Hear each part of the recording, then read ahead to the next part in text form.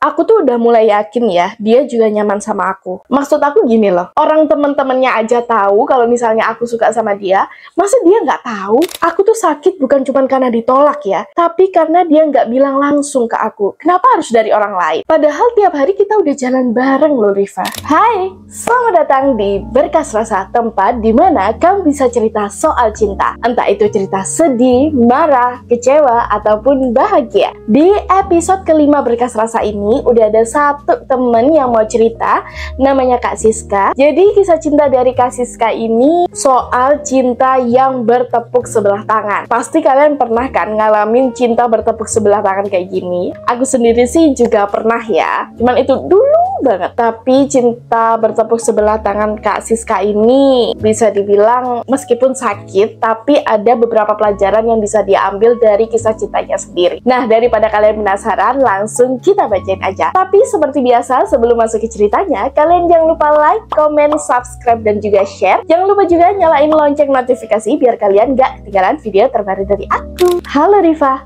Hai, jadi gini, aku tuh dulu suka banget sama salah satu guru SMP. FYI, SD sama SMP di tempatku ngajar itu tuh emang deket banget ya. Jadi ya setiap hari pasti bakalan ketemu. Awalnya sih aku nggak ada perasaan apa-apa ya ke dia, dan nggak mikir ke arah sana juga. Cuman karena tiap pagi aku berangkat bareng sama dia, lama-lama aku mulai penasaran nih sama dia. Dia tuh orang kota yang ngajar di kampung aku. Dia tuh orang yang misterius banget, nggak banyak omong. Tiap pagi kita jalan bareng, tapi aku tuh nggak pernah bener-bener ngeliat wajahnya gitu loh Riva. Terus suatu hari ketika kita lagi jenguk guru yang sakit dan dia ikut, di situ aku baru lihat wajahnya. Ternyata dia itu ganteng banget Riva, sesuai dengan tipe aku. Dari situ yang awalnya aku cuma penasaran nih sama dia, jadi mulai ada perasaan suka sama cowok ini. Yang tadinya cuma suka karena dia misterius, jadi suka beneran. Apalagi kalau ngobrol sama aku tuh dia tuh beda banget. Kalau kata orang-orang kan dia pendiam ya, tapi kalau misalnya lagi sama aku dia itu ngomong banyak banget. Ya gimana aku nggak baper coba? Kalau misalnya aku jadi Kak Siska, ya kemungkinan bapernya emang ada. Karena gini, kalau dia sama orang lain kan nggak banyak omong, tapi kalau sama kita entah kenapa dia lebih banyak omong. Ya wajar sih kalau misalnya Kak Siska baper. Aku tuh udah mulai yakin ya, dia juga nyaman sama aku. Maksud aku gini loh, orang temen-temennya aja tahu kalau misalnya aku suka sama dia,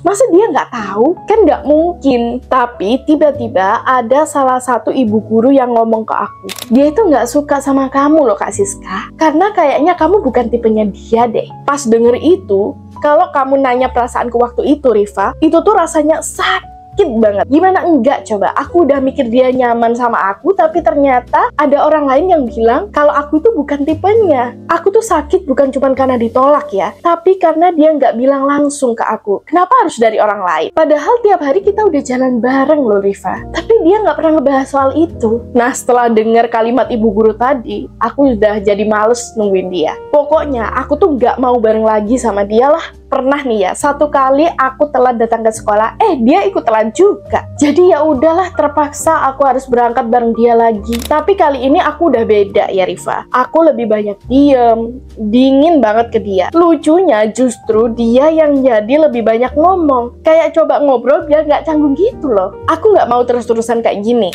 Akhirnya aku mutusin buat beli motor biar nggak jalan bareng lagi sama dia. Aku yang tadinya takut banget belajar motor nih ya, sekarang mulai jadi semangat untuk belajar. Sekarang kita jadi jarang banget komunikasi, bahkan ketemu aja jarang. Tapi kemarin adik perempuannya tiba-tiba nelpon aku nanya kabar. Dia bahkan nanyain apakah aku udah punya pacar. Ya aku cuma jawab, lagi nggak mikirin itu, lagi fokus buat sukses. Karena sebenarnya aku juga masih sakit hati gara-gara omongannya waktu itu. Ya meskipun omongan itu nggak datang langsung dari dia, tapi aku tetap sakit hati Riva. Jujur aja, kalau misalnya ditanya udah move on atau belum, ya nggak juga. Aku masih suka sama kepribadiannya, kecerdasannya, ketenangannya. Aku emang suka banget sama cowok yang cerdas. Tapi aku sadar diri, dari segi apapun aku kalah. Jadi ya udah, aku doain aja semoga dia ketemu orang yang baik. Karena dia emang orangnya baik banget. Suka nolongin orang tanpa pamrih. Banyak banget yang dia udah bantuin di sini, termasuk yang mau ujian sertik. Berkat dia menolak aku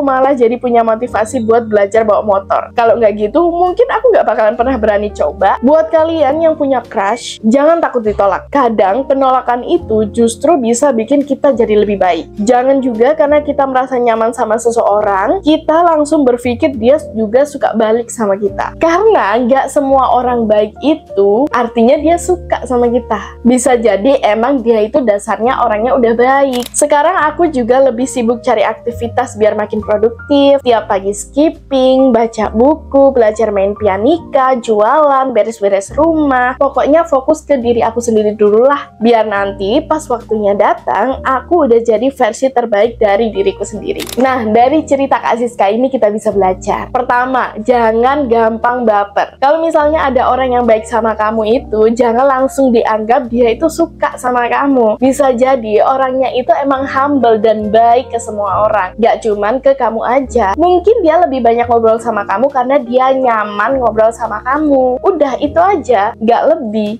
2. Jangan langsung ambil kesimpulan, mending tanya dulu. Siapa tahu informasi yang dikasih ibu guru tadi itu gak beneran dari cowok itu. Bisa jadi itu omongan yang dia buat-buat, kan kamu gak ngerti. Nah, daripada menebak-nebak, terus bingung, mending kamu langsung tanyain aja deh ke dia. Biar semuanya itu clear, dan kamu juga gak sakit hati. Pun kalau misalnya ditolak, seenggaknya kamu denger langsung kan dari dia, bukan dari orang lain. 3. Jangan cuman fokus sama satu orang. Kalau misalnya kamu sekarang lagi masa PDKT, atau misalnya lagi masa cari pasangan, lebih baik kamu bertemu dengan banyak orang lagi deh, supaya kamu bisa punya banyak opsi dan kamu bisa milih yang terbaik buat kamu. Terakhir, stop berharap sama yang gak ada harapan sama sekali. Kalau misalnya dia udah jelas-jelas gak tertarik sama kamu, ya udah gak usah dipaksa, biarin aja. Jangan buang-buang waktu buat nungguin seseorang yang emang jelas-jelas gak tertarik sama kamu. Nah, buat kalian yang mau cerita cintanya dibacain juga di sini, kalian bisa langsung DM IG aku ya. Cerita kalian bakalan langsung aku bacain di episode selanjutnya Berkas Rasa. Siapa tahu cerita kalian itu bisa jadi insight baru buat orang lain supaya nggak ngalamin hal yang sama kayak kamu. Jadi segitu dulu episode Berkas Rasa untuk hari ini. Sampai jumpa di episode selanjutnya.